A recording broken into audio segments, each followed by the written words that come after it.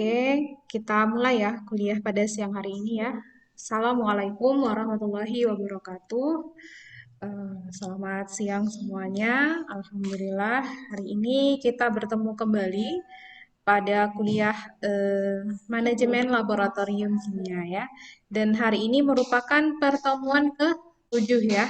Nah, ya, tidak terasa ya sudah setengah dari perkuliahan ya hari ini. Nah, mari kita buka pertemuan pada hari ini dengan lafaz basmalah, Bismillahirrahmanirrahim.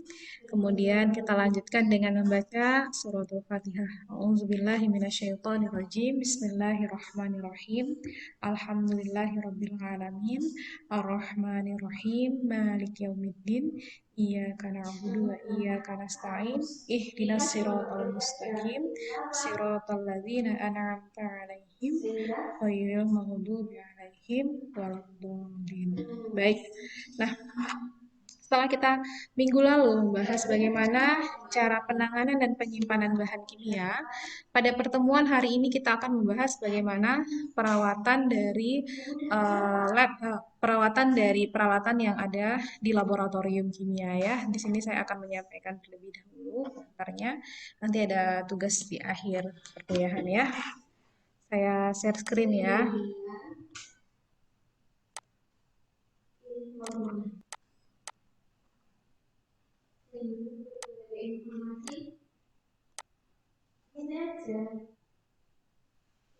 Coba cek absensi di e-learning apakah ada. Passwordnya sama seperti minggu lalu. Apakah sudah terlihat PowerPoint saya? Sudah, Bu. Ya, oke. Baik, nah pada pertemuan hari ini kita akan bahas bagaimana perawatan peralatan di lab kimia ya. Nah, dalam Permendiknas tahun 2008 nomor 26 tentang standar tenaga lab sekolah ada 3 tenaga laboratorium ya. Yang pertama adalah kepala laboratorium, teknisi laboratorium, dan tenaga laboran dengan kompetensi dan subkompetensinya masing-masing ya. Nah, jadi perawatan alat dan bahan kimia di lab SMA, di lab sekolah ya, merupakan bagian dari kompetensi profesional yang harus dimiliki oleh teknisi laboratorium dan laboran, yaitu kompetensi dan subkompetensi yang terkait dengan perawatan bahan dan peralatan laboratorium adalah sebagai berikut. Sebentar ya.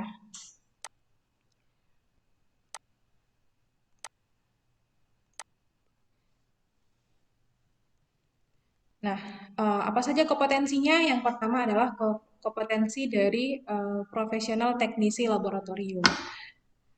Kompetensi yang harus dimiliki adalah pertama dapat merawat peralatan dan bahan di laboratorium sekolah, kemudian dapat mengidentifikasi kerusakan peralatan dan bahan laboratorium, dan dapat memperbaiki kerusakan peralatan laboratorium.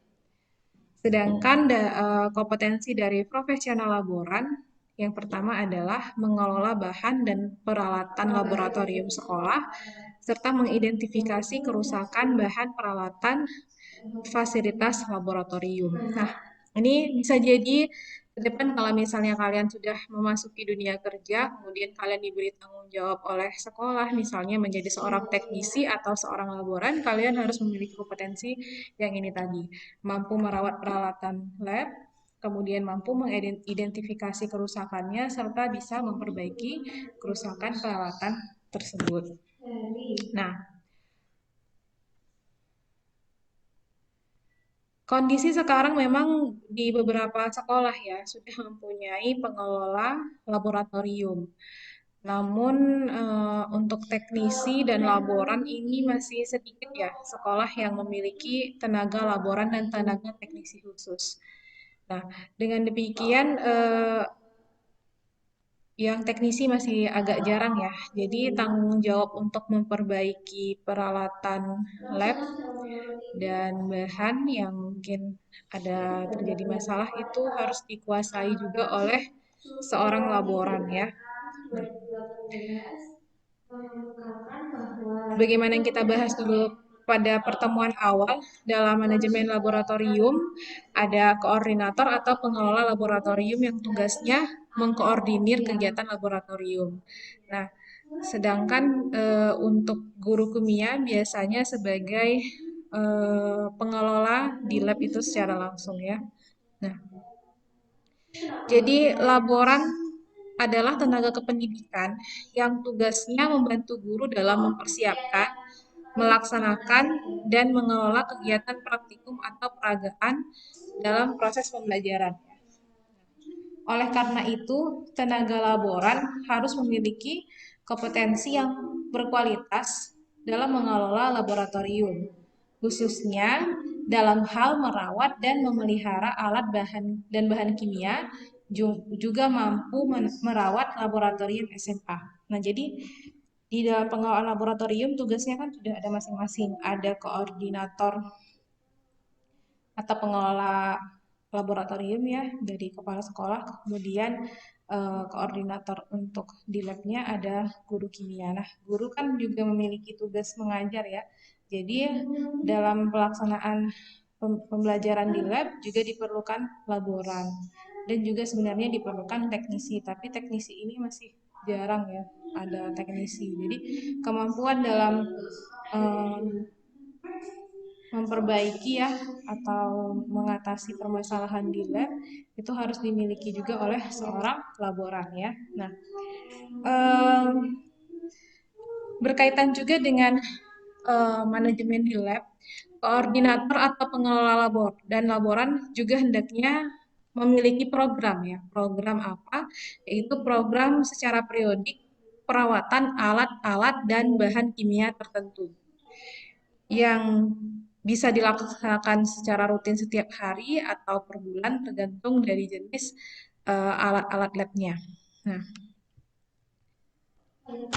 untuk melakukan pemeliharaan dan perawatan prasarana laboratorium, khususnya alat dan bahan kimia, diperlukan beberapa prasyarat pengetahuan dan keterampilan yang berhubungan dengan peralatan dan bahan kimia itu ya.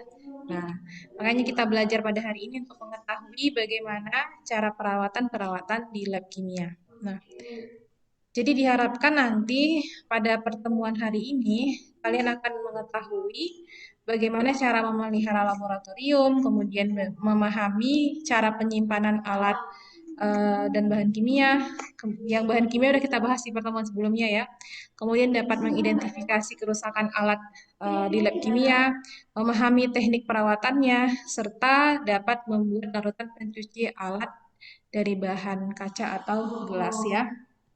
Nah, ya.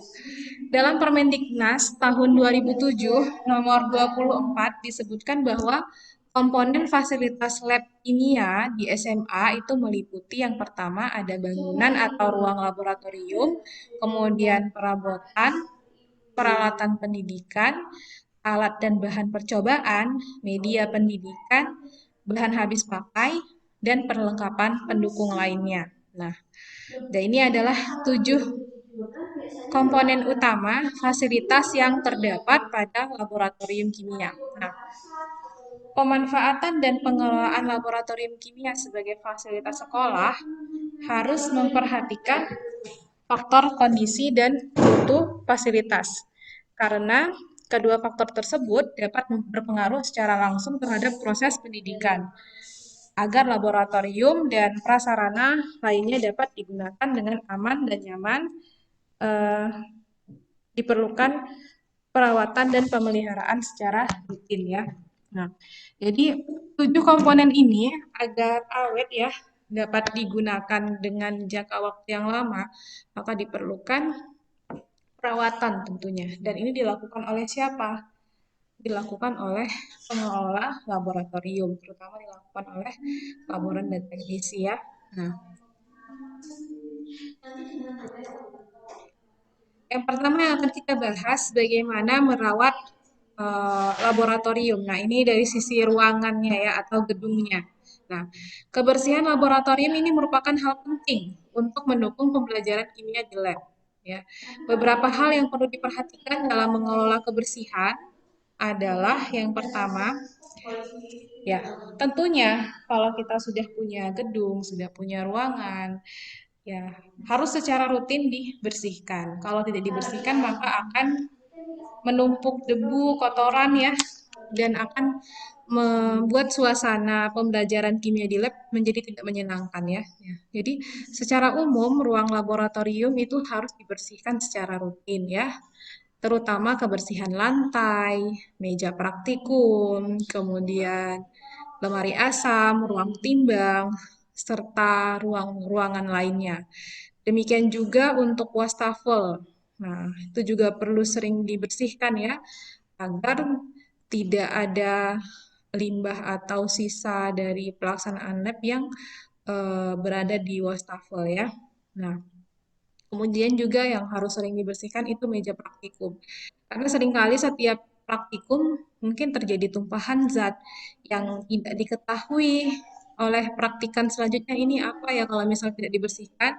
Sehingga setiap selesai pelaksanaan kegiatan di lab, maka meja praktikum ini adalah utama sekali untuk dibersihkan ya. Nah, kemudian yang kedua adalah pada setiap laboratorium itu harus disediakan bak pasir ya. Nah, fungsinya apa?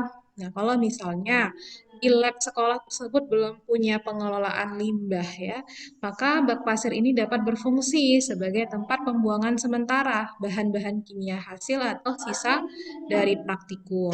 Dan bak pasir ini harus diganti secara berkala. Nah, kemudian yang ketiga, pembuangan bahan kimia sisa praktikum harus seminimal mungkin ya. Berdasarkan hal tersebut, maka laboran harus berkoordinasi dengan pengelola lab dan guru mata pelajaran kimia harus memiliki komitmen. Komitmennya apa?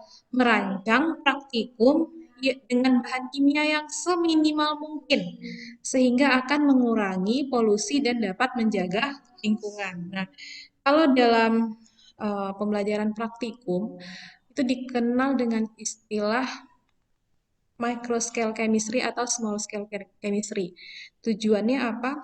Karena selama ini mungkin di awal-awal perkembangan pendidikan kimia di laboratorium dalam pelaksanaan praktikum itu sangat banyak menggunakan bahan-bahan kimia. Nah, ternyata hal itu dapat mengakibatkan limbah bahan kimia yang banyak yang berasal dari kegiatan praktikum di lembaga-lembaga pendidikan.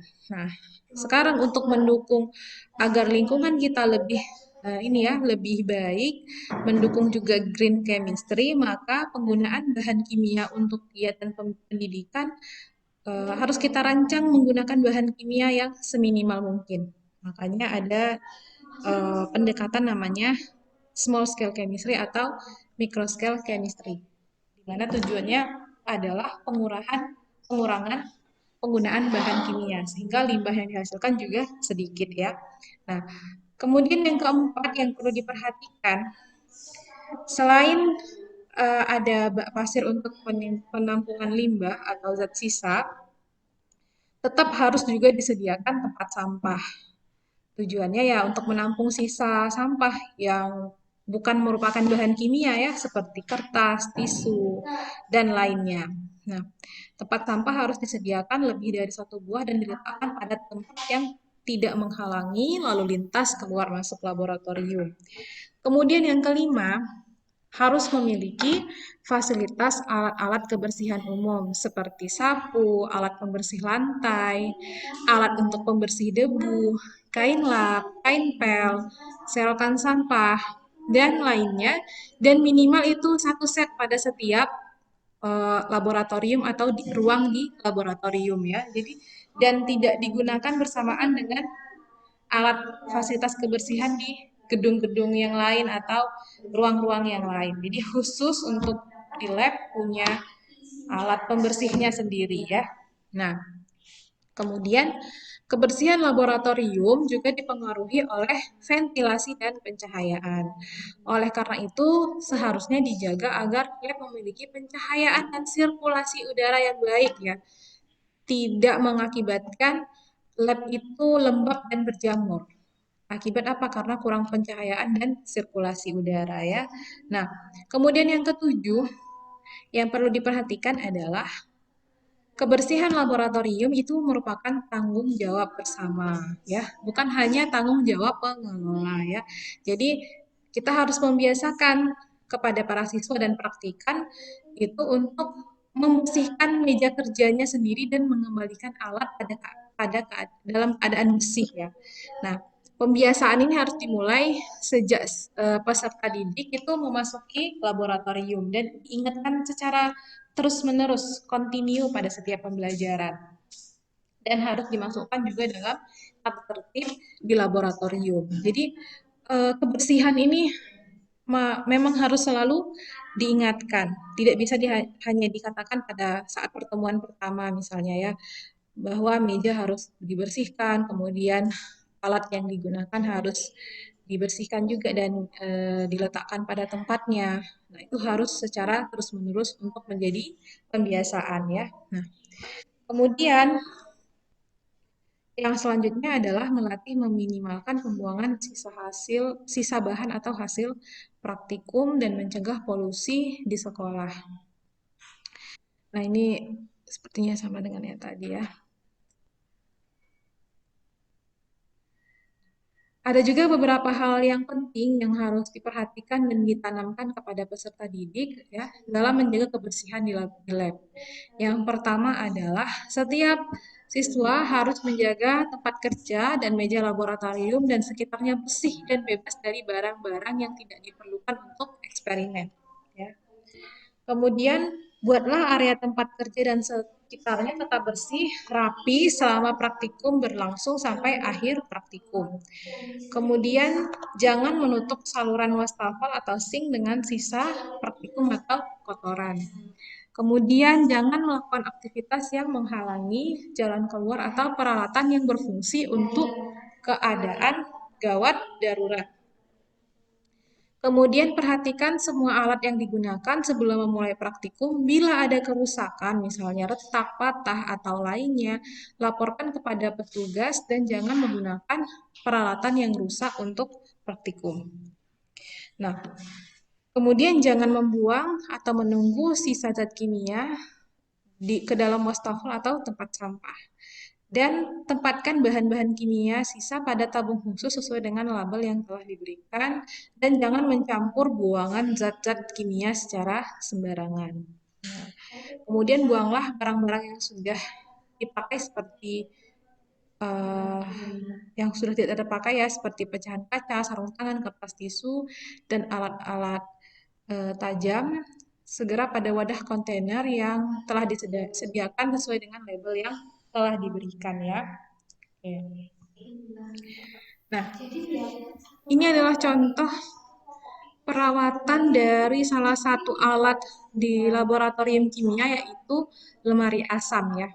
Nah, perawatan lemari asam ini memerlukan perawatan yang khusus ya. Nah, lemari asam ini berguna untuk penyimpanan zat yang pekat dan beruap. Karena itu, lemari asam perlu perawatan agar tidak mudah rusak. Nah, lemari asam harus dapat beroperasi dengan baik dan memiliki kecepatan penadikan udara berkisar 100 sampai 125 feet per menit. Suara dari blower pada lemari asam juga tidak boleh melebihi 60 desibel pada area depan lemari asam. Nah, bahan-bahan kimia yang mudah menguap harus ditempatkan pada lemari khusus atau lemari asam yang dipisah dengan zat-zat yang lain sehingga tidak mencemari zat lainnya. Nah, jadi di lemari asam ini kemungkinan kotornya juga tinggi karena apa?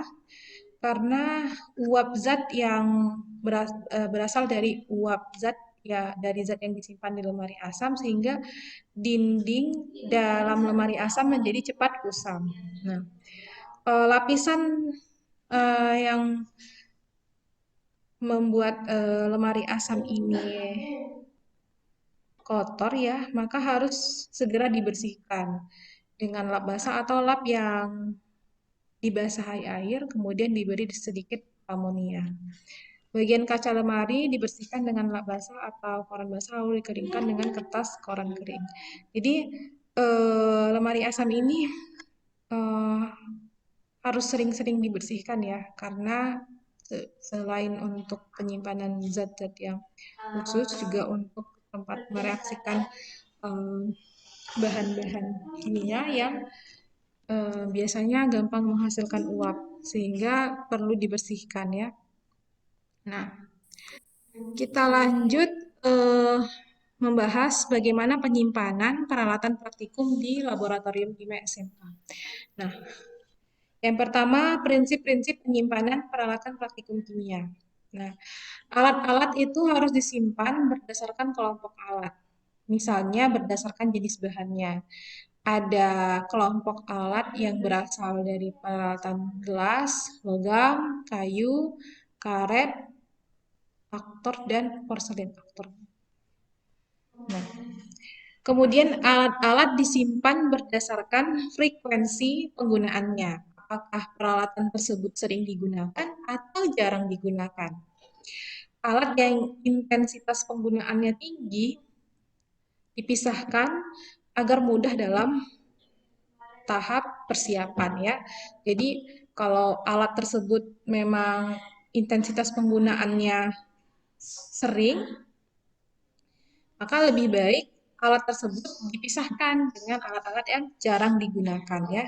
Nah, alat-alat khusus disimpan dalam lemari atau tempat khusus karena sifatnya yang rentan terhadap uh, aktor luar atau sensitif dan harganya mungkin mahal ya.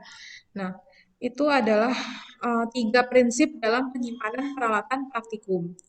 Nah, kita lihat sekarang penggolongan dari alat praktikum kimia. Ada 8 golongan alat praktikum kimia didasarkan pada jenis bahan dari peralatan tersebut.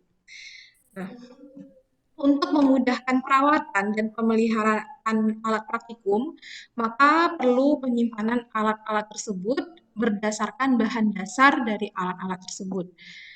Dan di laboratorium kimia, alat-alat praktikum dikelompokkan menjadi 8 golongan. Nah, apa saja? Yang pertama, golongan 1 adalah alat-alat yang terbuat dari bahan gelas atau kaca. Contohnya apa? Ada tabung reaksi, batang pengaduk, gelas kimia, Erlenmeyer, gelas ukur, labu ukur, dan corong. Nah, jadi ini paling banyak sebenarnya di lab kimia, yaitu peralatan yang berasal dari bahan kaca ya. Nah, contohnya seperti ini. Gelas ukur, labu Erlenmeyer, labu ukur, tabung U, sel konduktivitas, kemudian ada gelas kimia. Kemudian golongan yang kedua adalah alat-alat yang terbuat dari besi. Contohnya ada pembakar, tang, cawan, kawat kasa, ring besi, klem pemegang, klem buret, penjepit tabung, sikat tabung, dan pemadam kebakaran. Nah, ini contohnya. Ini adalah peralatan dari bahan logam. Jenis yang ketiga adalah alat-alat yang terbuat dari kayu. Contohnya ada rak tabung reaksi, rak pipet volumetri, rak buret, dan penjepit tabung. Nah, ini yang terbuat dari eh, bahan kayu. Selanjutnya ada golongan keempat, yaitu alat-alat yang terbuat dari bahan porselin. Contohnya cawan penguap, lumpang dan alu, bak pembakar porselin, segitiga, tungku listrik, dan pelat tetes. Nah, ini adalah peralatan dari bahan porselin. Pelat tetes, lumpang dan alu, cawan penguap, bak pembakar porselin, dan segitiga. Ada golongan kelima, yaitu alat-alat yang terbuat dari plastik. Contohnya ada pompa suntik, sirine, kemudian gelas kimia plastik, gelas ukur plastik, botol semprot, selang plastik. Nah, ini gambarnya. Nah, ini adalah contoh peralatan dari bahan plastik ya. Nah, golongan keenam adalah alat-alat yang terbuat dari karet. Ada pompa filler, selang karet, sumbat botol, sarung tangan, dan lain-lain. Golongan ketujuh adalah alat-alat listrik. Ada power supply, amperemeter, voltmeter, multimeter, dan neraca listrik. Oke, ini golongan ke-7. Berupa alat-alat listrik ya. Nah, kemudian ada golongan ke-8. Nah, golongan ke-8 ini adalah alat-alat kimia yang memerlukan penyimpanan khusus. Contohnya buret, termometer, neraca, dan spektrofotometer. Nah, kita nanti akan bahas di golongan 8 ini bagaimana cara penyimpanan dan cara penanganannya kalau terjadi kerusakan ya. Nah, ini contohnya ini adalah spektrofotometer, tempat penyimpanan buret, dan ada neraca juga. Oke. Nah, selain ada peralatan lab untuk kegiatan praktikum, ada juga peralatan keselamatan laboratorium atau safety equipment ya. Nah, udah kita bahas ya pada pertemuan sebelumnya di K3 apa? Di K3 ya. Nah, di samping golongan peralatan, ada pula peralatan pendukung bekerja di lab, yaitu peralatan keselamatan kerja, seperti kacamata, sarung tangan, jas lab, dan alat pemadam. Peralatan keselamatan laboratorium adalah peralatan yang digunakan untuk melindungi diri saat bekerja dengan zat-zat kimia. Di antaranya juga ada shower ya, kemudian pelindung mata, emergency eye wash station, kemudian bahan tahan api, fire blanket, kemudian kacamata pelindung, safety glasses, dan jas lab. Nah, semua alat keselamatan tersebut dipastikan harus dapat berfungsi dengan baik, ya, karena alat-alat tersebutlah yang dapat menjadi alat pertolongan pertama jika terjadi kecelakaan di laboratorium. Nah, ini ada sarung tangan, ada jas lab, ada pemadam kebakaran ya, dan lain-lain.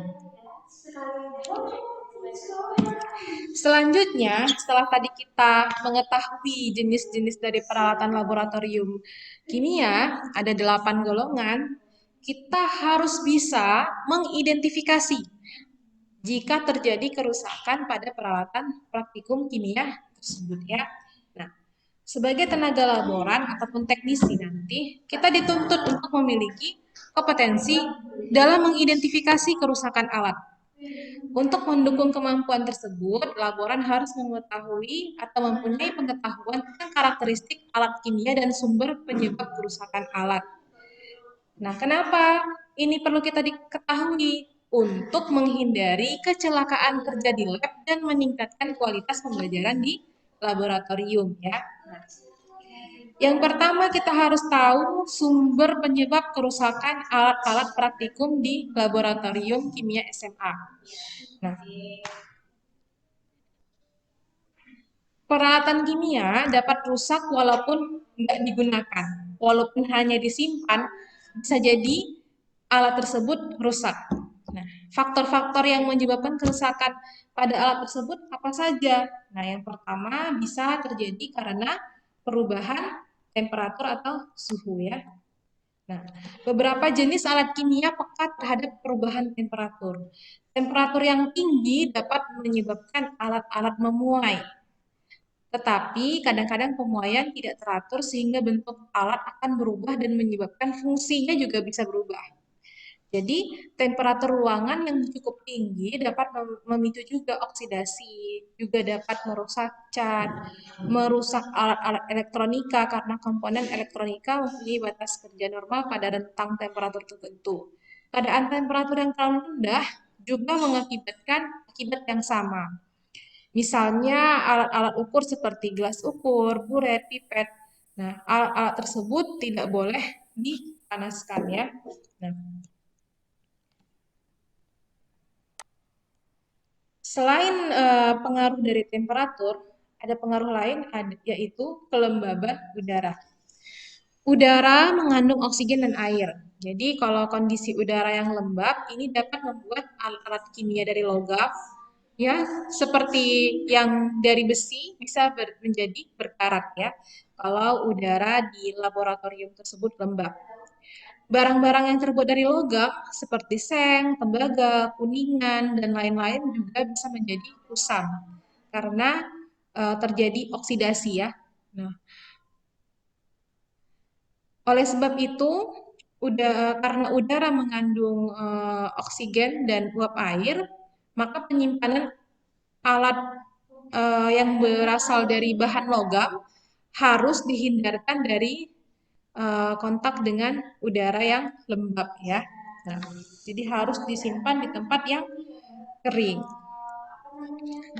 Selanjutnya, kerusakan yang terjadi pada alat bisa disebabkan karena ada air, asam, atau basah, atau cairan lainnya. Nah, air dapat mempercepat rusaknya alat kimia. Oleh karena itu, peralatan kimia harus dalam keadaan kering. Nah, tempatkan alat dalam tempat yang kering. Zat kimia yang bersifat asam atau basah juga mempunyai daya rusak yang lebih berat dari air.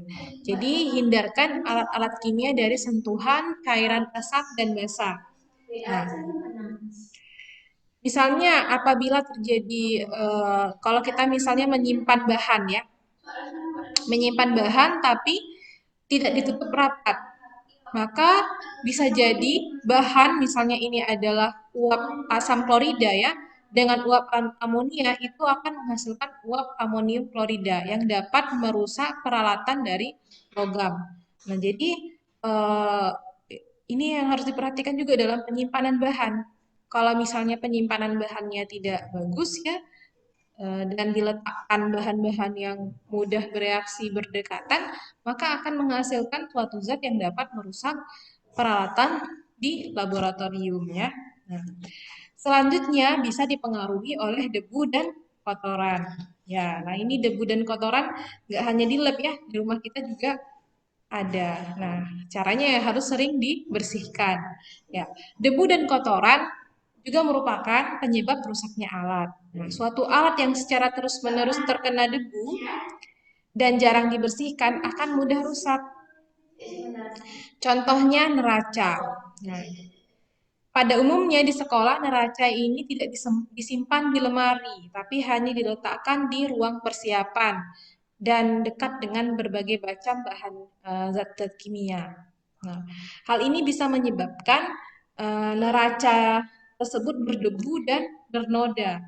Keadaan seperti ini dapat mengakibatkan neraca menjadi tidak seimbang lagi, tidak terkalibrasi dengan baik karena adanya debu dan kotoran tersebut ya. Nah, selain faktor-faktor yang tadi, juga ada faktor mekanis ya.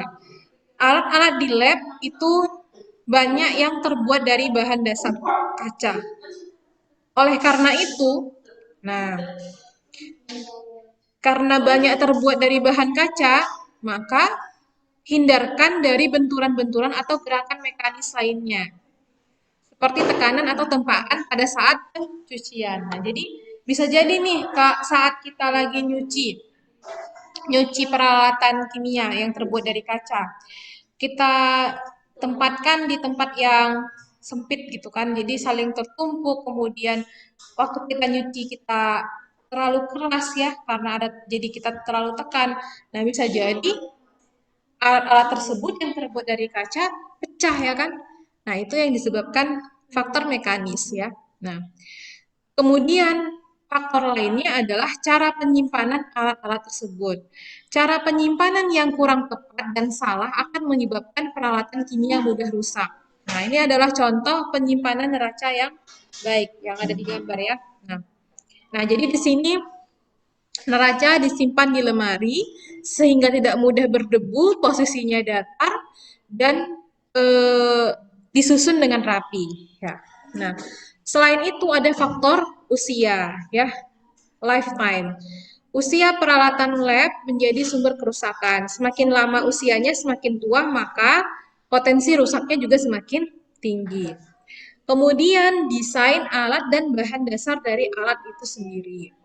Nah, pada umumnya alat-alat kimia terbuat dari bahan kaca. Nah, kalau dari kaca tentunya mudah pecah ya akibat benturan. Jadi perlu diperhatikan dalam penggunaan alat-alat dari kaca ya. Oke. Jadi kita di kimia ya kan semuanya dijaga, bahan kimia apa alat-alat lab aja dijaga, apalagi yang lainnya kan. Nah, kemudian yang kedua yang perlu kita perhatikan adalah perawatan atau pemeliharaan alat-alat praktikum kimia. Nah, oke.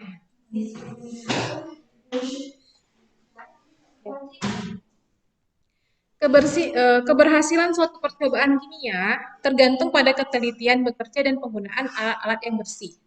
Bayangkan kalau misalnya kalian lagi praktikum, ya kan? Ternyata di gelas ukur yang kalian pakai atau tabung reaksi yang kalian pakai ternyata nggak bersih dan mengakibatkan ketelitian pada saat praktikum itu menjadi rendah dan hasil percobaannya menjadi tidak maksimal. Maka kebersihan ini menjadi sangat penting ya dalam dalam praktikum di laboratorium kimia. Jadi semua alat yang digunakan pada saat praktikum maka harus dibersihkan dengan baik ya. Kalau tertinggal noda maka noda-noda tersebut harus juga dibersihkan. Nah, nanti kita akan bahas bagaimana membersihkan noda-noda yang terdapat pada peralatan gelas ya. Nah, kalau misalnya tadi ya alat-alat tidak bersih seperti alat seperti gelas ukur, pipet, buret yang kotor itu dapat menghasilkan pengukuran yang salah. Nah, eh, alat-alat kaca yang mengandung sisa-sisa zat kimia bila tidak segera dibersihkan, maka dapat menyebabkan noda-noda pada kaca tersebut sukar dan tidak dapat dibersihkan dengan sabun atau deterjen ya. Sehingga kita memerlukan zat kimia yang lain agar noda tersebut dapat dibersihkan ya. Nah, eh, nah, bagaimana perawatan alat-alat praktikum dari bahan kaca atau gelas? Nah, alat-alat praktikum pada umumnya terbuat dari bahan kaca. Alat-alat ini adalah alat yang harus selalu siap pakai dan dalam keadaan yang bersih. Untuk mendapatkan alat kaca yang bersih, maka diperlukan perawatan yang teratur, meliputi pengecekan, penyimpanan yang teratur dan benar, juga pencucian dan pengeringan alat tersebut. Nah, oleh karena itu, ketika setelah dipakai, segera dicuci agar alat kaca ini tidak terlalu kotor dan pencuciannya hanya menggunakan air dan sedikit sabun atau deterjen ya.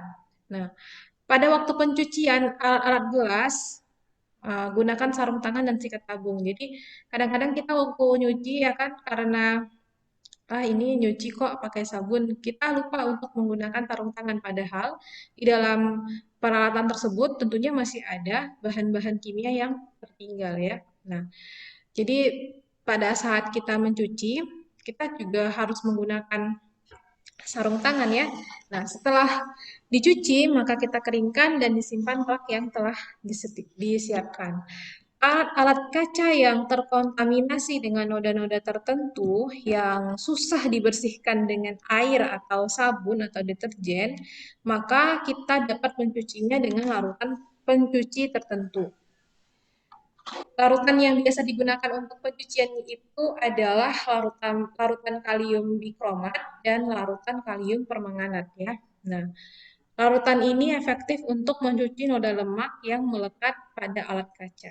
Nah, ini adalah tabel yang menunjukkan jenis noda pengotor dan warna nodanya. Misalnya pengotornya adalah besi, maka warna yang dapat muncul pada peralatan gelas tersebut adalah warna kuning, belerang juga kuning, iodium kuning kecoklatan, karbon biasanya berwarna hitam, mangan hitam atau abu-abu, minyak atau lemak, kilap minyak, atau berupa kerak yang berwarna putih. Nah, lalu bagaimana kalau misalnya peralatan gelas tadi, terdapat noda-noda yang padat yang terdapat di tabel ini. Nah, kalau misalnya ada noda besi, maka noda besi dapat dibersihkan dengan larutan HCl pekat. Nah, jika noda besinya melekat dengan kuat, maka alat gelas yang berisi HCl pekat tadi dipanaskan. Ya, kalau misalnya dengan HCl saja ternyata tidak bisa ini ya noda besinya tidak bisa hilang, maka alat gelasnya yang sudah berisi HCl pekat ini dipanaskan. Nah, kalau ada noda belerang, maka noda belerangnya dapat dibersihkan dengan larutan amonium sulfida.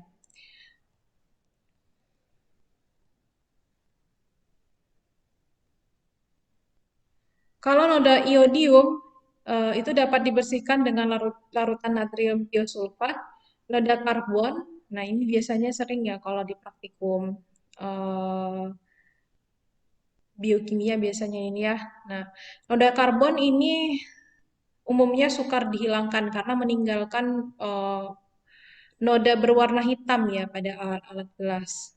Nah, biasanya hanya dengan perendaman dengan NaOH, noda karbon ini bisa dihilangkan. Namun, jika diperlukan, bisa ditambahkan asam bikromat.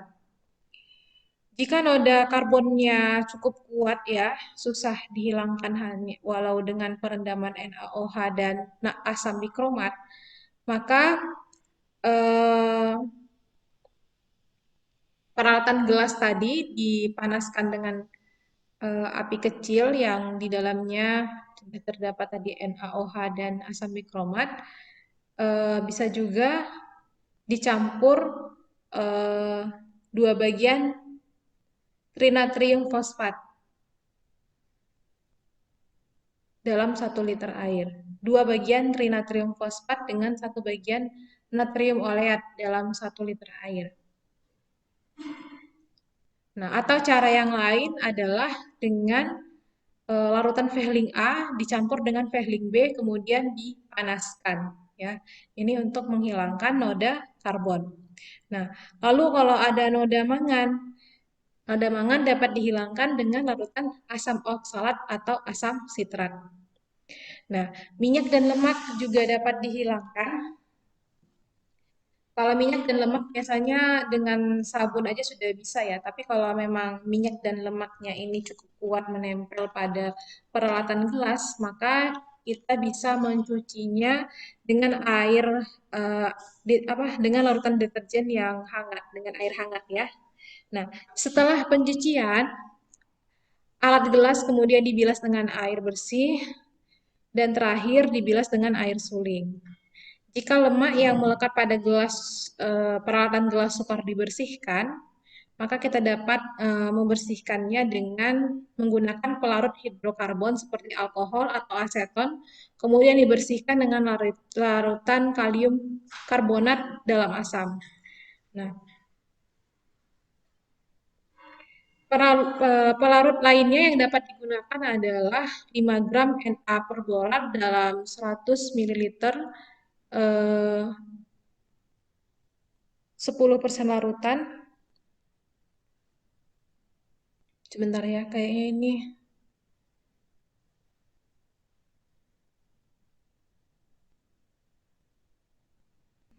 Oke. Nah, pelarut yang dapat digunakan untuk membersihkan minyak atau lemak ini adalah 5 gram Na per borat dalam 100 ml NaOH 10% ya. Ini larutan yang ada. Kemudian bisa juga menggunakan larutan KOH 10-15% dalam 10 ml spiritus atau alkohol. Nah, eh, selain itu dapat juga dilakukan pembersihan dengan CC4. Nah, oke, yang terakhir jika ada noda kerak. Nah, noda kerak putih pada alat gelas dapat dibersihkan dengan larutan 5% natrium metasilikat dalam air. Nah, selain itu noda-noda seperti noda tulisan spidol dan noda ter ini ya, noda tulisan spidol dapat dibersihkan dengan pelarut organik misalnya spiritus, etanol atau aseton, dan noda ter pada alat gelas dapat dibersihkan dengan benzen atau pelarut lain yang sesuai dengan minyak tanah. Nah, eh, selanjutnya kita bahas jenis larutan pembersih peralatan dari bahan kaca atau gelas dan cara membuatnya. Nah, yang pertama larutan deterjen. Cara pembuatannya adalah 2 gram deterjen dilarutkan dengan air sampai volumenya 1 liter, kemudian ditambah sedikit asam nitrat pekat.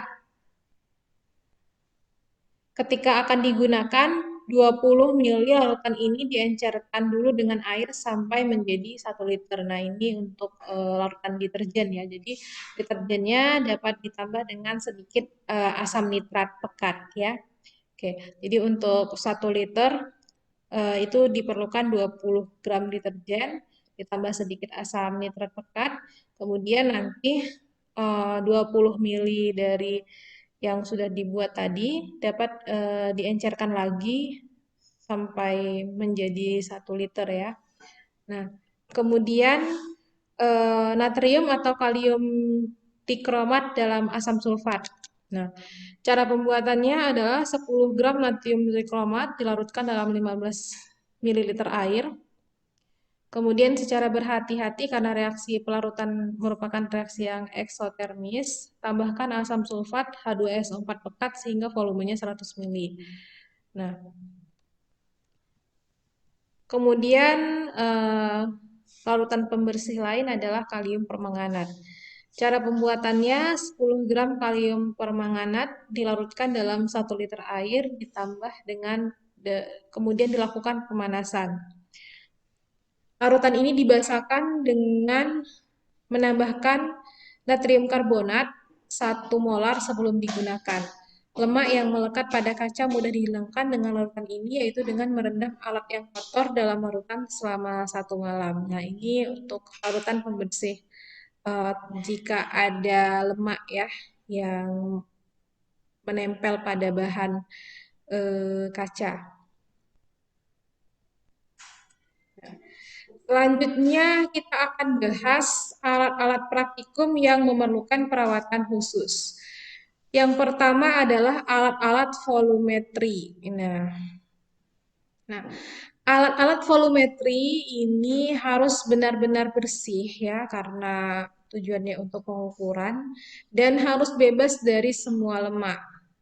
Jika alat ini kotor ya, maka akan menyebabkan larutan yang dituangkan ke dalamnya akan menempel dan membentuk tetesan pada dinding kaca. Ya. Untuk membersihkannya, gunakan larutan pencuci biasa, air dan deterjen. Hindari juga pencucian atau perendaman pada alat ini, karena kalau perendaman yang terlalu lama dapat mengikis tanda ukur pada alat dan kaca itu sendiri. Kerusakan pada alat ini selain tadi ada pengotor, bisa jadi terjadi retak ya, mungkin eh, ada 2 alat yang diletakkan bersama-sama, kemudian saling bergesekan sehingga terjadi retak. Kondisi retak pada alat-alat ukur volumetrik ini bisa mengakibatkan pengukuran menjadi tidak akurat ya. Nah, ini adalah contoh dari gambar bagaimana penyimpanan alat-alat volumetri. Nah, ini seharusnya disimpan seperti ini, bukan ditumpuk-tumpuk. Jadi posisinya berdiri, kalau misalnya sudah dibersihkan, dibuat berdiri seperti ini, maka eh, air atau air yang bekas cuciannya itu akan turun ke bawah sehingga tidak menempel pada dinding eh, alat-alat volumetri ini ya. Alat ukur ini bisa berupa pipet volumetri dan yang lainnya ya. Jadi harus diposisikan tegak seperti ini dan tidak dalam posisi bertumpuk ya. Karena kalau bertumpuk juga sebenarnya rawan akan terjadi keretakan ya. Nah, kemudian yang kedua, buret. Nah, buret kan digunakan untuk titrasi ya.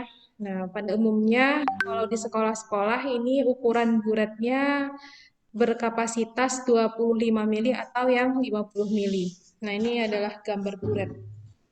Nah, buret ini juga sebenarnya tidak boleh disimpan dalam keadaan bertumpuk ya. Maka harus ada penyimpanan khusus yaitu menggunakan ini statifnya ini.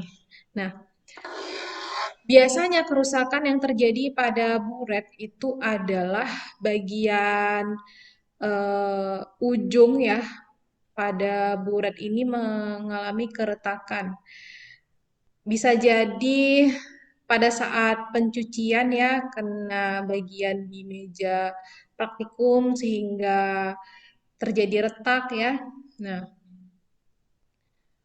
makanya untuk buret ini perlu ada eh, perawatan yang khusus ya dalam hal membersihkan dan penyimpanannya.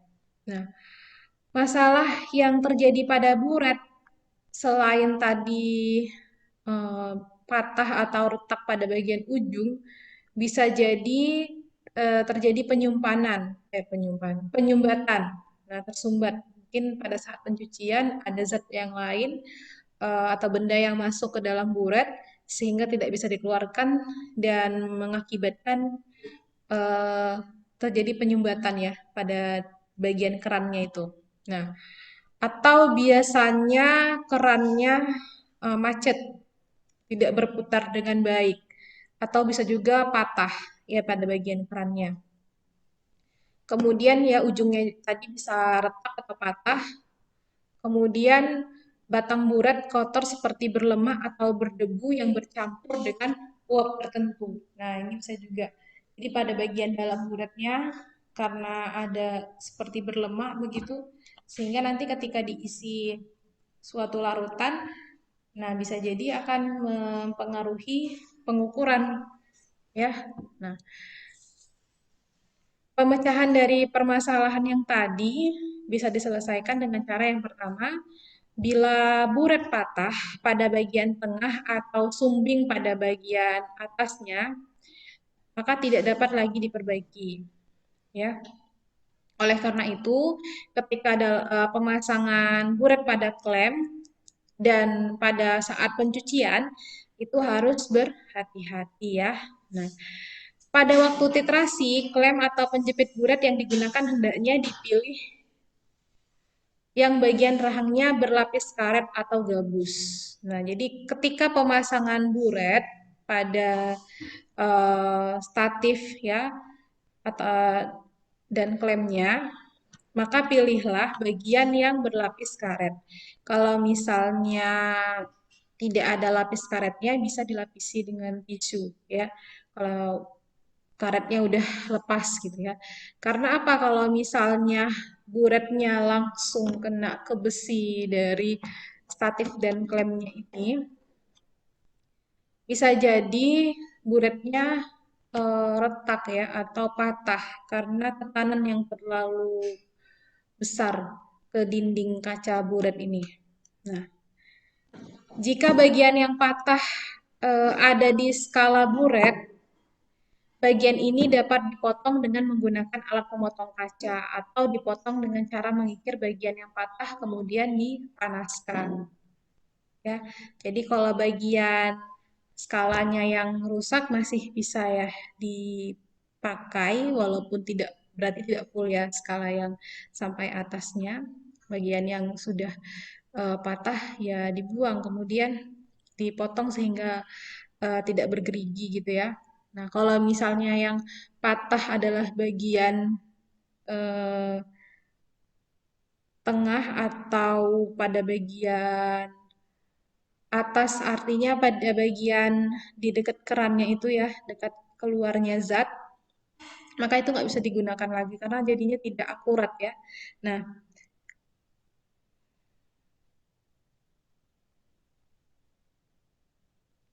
kalau misalnya pada bagian jet yang tersumbat ada zat atau benda yang masuk sehingga mengakibatkan buratnya tersumbat, maka dapat menggunakan kawat yang diameternya lebih kecil untuk mengeluarkan benda yang menyumbat tersebut.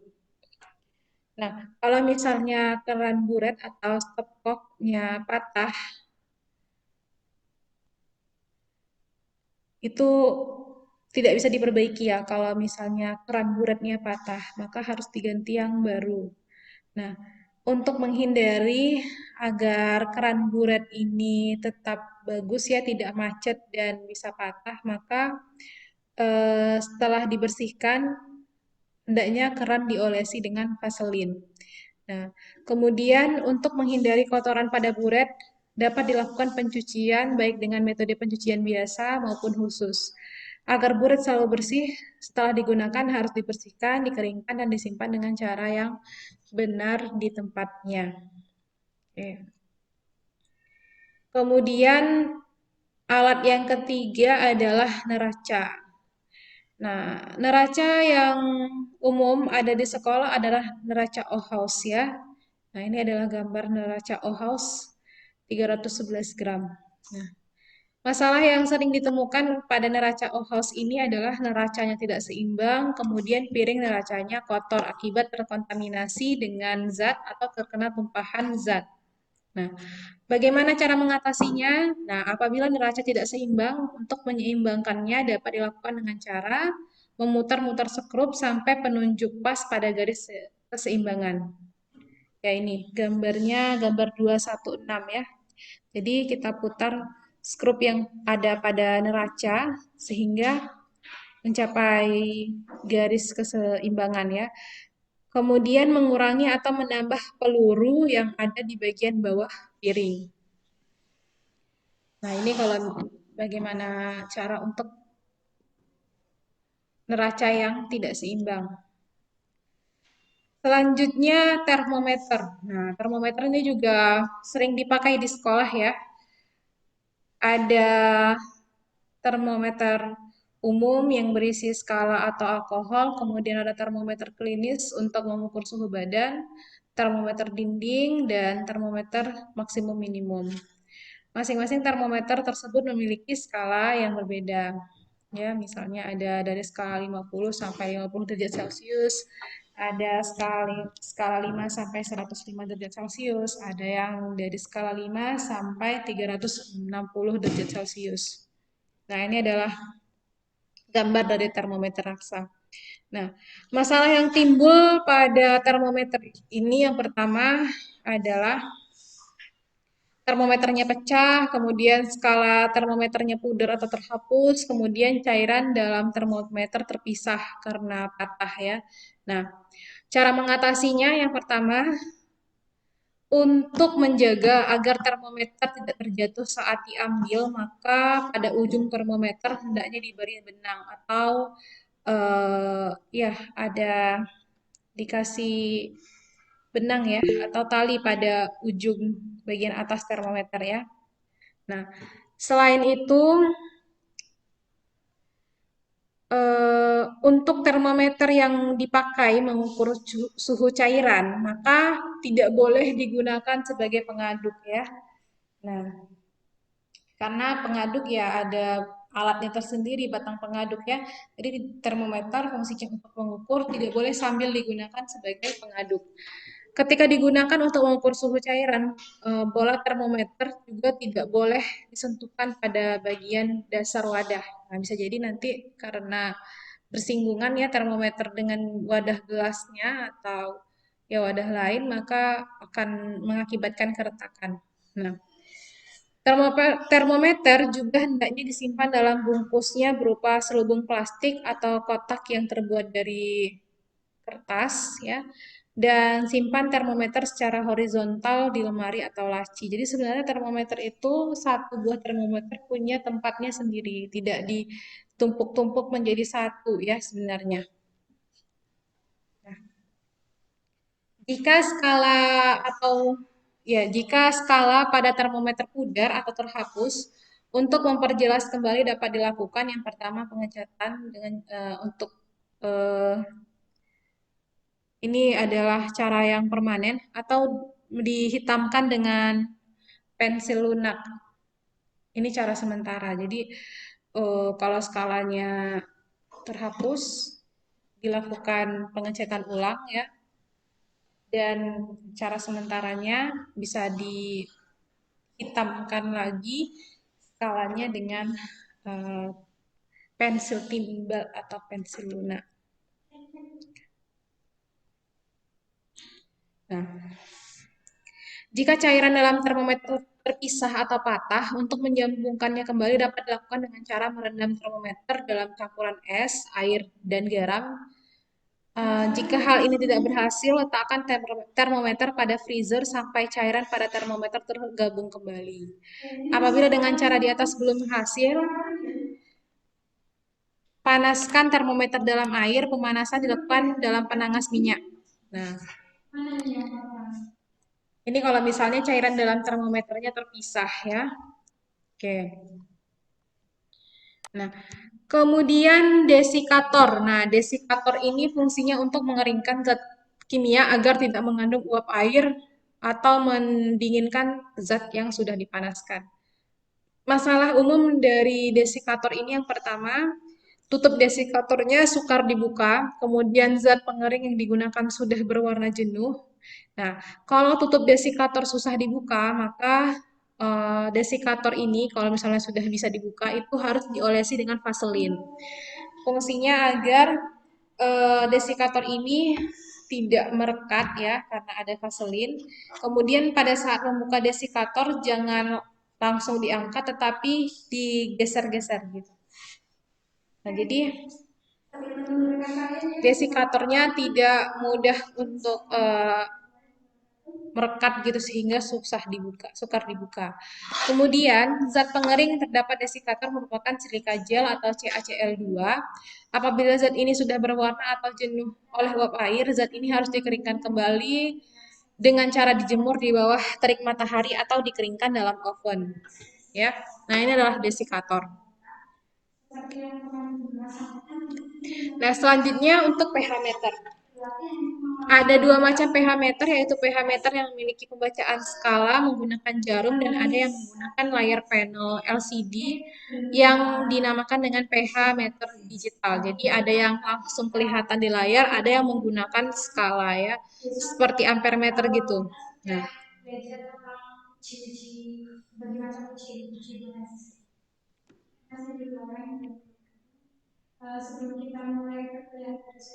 Nah, kerusakan yang terjadi biasanya pada pH meter ini terletak pada panel atau jarum skala pH akibat penggunaan voltase listrik yang terlalu besar.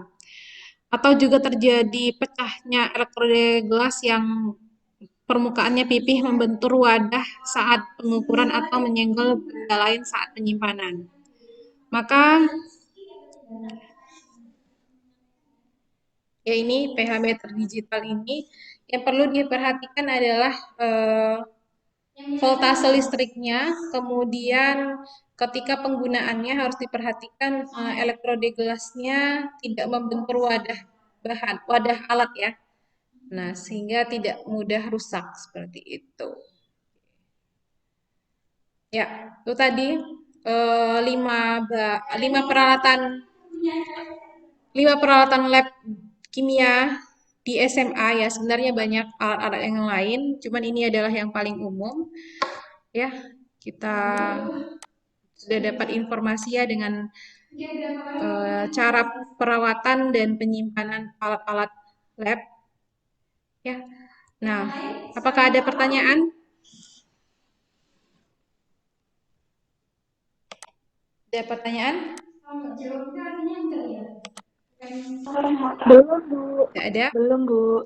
Karena tadi kita bahas penggolongan zat bahan-bahan kimianya secara umum saja. Jadi sebagai tugas nanti seperti kelompoknya minggu lalu ada 8. Coba dicari eh, alat-alat tersebut berdasarkan golongannya, gambar, fungsi dan cara penggunaannya. Ya, untuk pembagiannya saya kembalikan kepada teman-teman semua.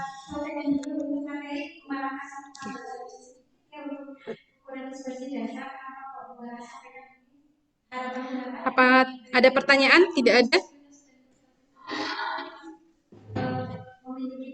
Cukup? Tidak ada pertanyaan? Ini orangnya kok cuma 13 ya? Belum, Bu. Kok 13 orang ya? Siapa yang nggak ada ini?